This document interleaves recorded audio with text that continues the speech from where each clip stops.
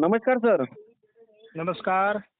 Sir यापूर्वी तुम्ही सांगितलं होतं की वातावरणामध्ये बदल होणार आणि आपल्याला काल बऱ्याच ठिकाणी पाऊस सुद्धा दिसला म्हणजे 1-2 भागामध्ये आपल्याला पाऊस पाहायला दिसला बरोबर. आणि ढगाळ वातावरण सुद्धा आहे आणि वाऱ्याचा वेग तो आहे तो प्रचंड वाढलेला आहे. तर काय राहणार सर आता पुढील अपडेट? आज 12 तारीख आहे. 13-14 ला थोडं अजून ढगाळ वातावरण काही दक्षिणी जिल्ह्यांमध्ये होईल. हो, हो. म्हणजे सोलापूर, सांगली, कोल्हापूर, सातारा, पुणे, अहिल्यानगर पर्यंत किंवा रायगड पर्यंत देखील हां, हां. थोडं ढगाळ वातावरण राहू शकतं हां, हां. आणि एखाद दुसऱ्या ठिकाणी तुरळक पाऊस होईल. विशेष पावसाची काही शक्यता नाही आहे. हो, हो. त्यामुळे त्या डिप्रेशनचा प्रभाव संपलेला आहे. हां. त्यामुळे हे होणारं पावसाचं वातावरण हे आता शक्यता फार कमी आहे त्याची. हां, हां, हां.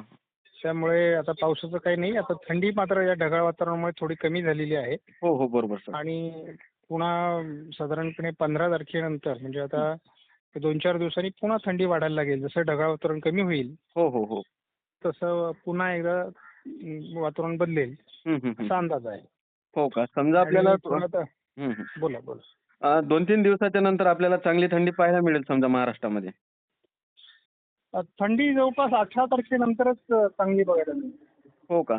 परंतु सर बरेचसे सोशल मीडियाच्या माध्यमातून असं सांगण्यात येतं की पुन्हा एकदा वातावरण बदलणार 22 तारखेच्या नंतर.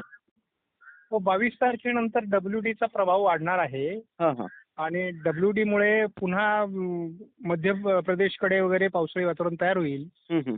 आणि त्याच्यामुळे मग पुन्हा वातावरण बदलेल आणि त्यामुळे मग काही ठिकाणी पुन्हा ढगाळ वातावरण तयार होईल. हो का? हं. मात्र सर मग त्या वातावरणामध्ये आपल्याला पाऊस पाहायला दिसेल का समजा? थोडं विदर्भात गारपीट वगैरे होऊ शकते काही भागामध्ये. हो का? 22 समजा ते तुरळक 26 च्या भागामध्ये. दरम्यान. नाही, थोड्या तुरळक भागामध्ये. हां, हां, हां, हां. म्हणजे अजून ते वातावरण बनायचं त्यामुळे ते किती पॉवरफुल आहे ते बघावं लागेल. हो, हो. बरोबर आहे सर. आणि हं. सर ज्या डिप्रेशनचं तुम्ही सांगत होते मागच्या वेळेस की डिप्रेशनची दिशा ठरायची आहे. मग त्याची दिशा आता ठरलेली आहे का? नाही, डिप्रेशन संपलं ते. हो का? हो. तर आपल्याला जानेवारीमध्ये काही असं जोरदार पाऊस पाहायला दिसेल का समजा? कारण की बऱ्याच शेतकऱ्यांची गहू पीक आणि तूर पीक होते तर विचारत होते. नाही, नाही. जानेवारीत विशेष पाऊस नाही पडणार. हो का? आणि फेब्रुवारी सर? फेब्रुवारी ते थोडंफार वातावरण आहे, परंतु एवढं काही जास्त नाहीये. हो का? समजा तसं मग मला वाटतं की रब्बीच्या पिकांना फार त्रास होईल असं वाटत नाही आता तरी. हां, हां, हां, हां. त्यामुळे तसा जानेवारी, फेब्रुवारी कमी पावसाचाच आहे. हो, समजा शेतकऱ्यांना टेन्शन घ्यायचं असं काही काम नाही. म्हणजे फक्त ढगाळ वातावरण नाही, नाही. होणार. हो, पावसाची फक्त महाराष्ट्रात तरी हो. तशी भीती काही बाळगण्याची गरज नाही. हो, हो. समजा एका दुसऱ्या ठिकाणी पाऊस झाला तर झाला. हो, हो. हो, हो. बरोबर सर. आणि सर तुम्ही मागील रेकॉर्डिंगमध्ये सांगितल्याप्रमाणेच वातावरणामध्ये बदल झाला आता कारण की आपल्याला बऱ्याच शेतकऱ्यांचे कमेंट आलेले आहे. तर सर तुमच्याबद्दल तुम्ही शेतकऱ्यांना सांगा सर तुमच्या चॅनलच्या विषयी. माझं शेती माझी प्रयोगशाळा हे एक मूळ चॅनल आहे. ज्या चॅनलवरून माझे 2 लाख प्लस सबस्क्रायबर आहेत आणि हो, या ठिकाणाहून मी दररोज सकाळ संध्याकाळ अंदाज देण्याचा प्रयत्न करतो. हो, हो. तर माझा डॉक्टर मच्छिंद्र बांगर ब्लॉग नावाचा एक चॅनल आहे हां. आणि हा देखील चॅनल 47,000 सबस्क्रायबर आहेत हो, आणि या ठिकाणी देखील मी प्रत्येक रविवारी एक विशेष व्हिडिओ देत असतो, हो. बरोबर सर. जो दीर्घावधीचा असतो हो, आणि 26 जानेवारीला मी या चॅनलवरून हो. 2026चा चॅनल मान्सूनचा अंदाज सुद्धा देणार आहे.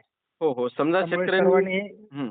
या दोन्ही चॅनल सबस्क्राईब करावेत हो, आणि आपल्या संग्रही ठेवावेत असं माझा आग्रह असेल. हो. बरोबर आहे सर आणि तुम्ही 2026चा जो अंदाज आहे ते 26 जानेवारी रोजी प्रसिद्ध करणारा आणि सर्व शेतकऱ्यांनी ते अंदाज पाहिला पाहिजे. बरोबर. कारण की तुम्ही मागच्या वर्षी सुद्धा अंदाज दिला होता आणि तुम्ही सांगितल्याप्रमाणेच 107% पेक्षाही सुद्धा जास्त पाऊस झालेला आहे. बरोबर आहे. हो. तर ओके. धन्यवाद सर. तुम्ही शेतकऱ्यांना एक महत्त्वपूर्ण आणि डिटेलमध्ये माहिती दिल्याबद्दल. ओके. धन्यवाद. हो, हो.